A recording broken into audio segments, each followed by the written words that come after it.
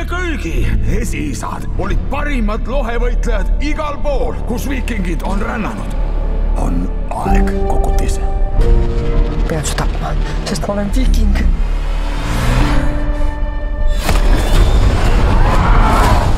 Kõik on hästi. Ma ei tee sulle viga.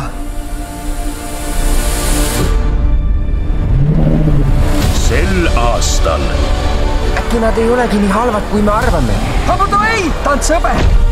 Te peate kõik seda tegema! Ma ei ole nagu nemad. Nüüd sõltub kõik meist. Meist? Tulge minuga. No nii, sõbrake! Oled valmis?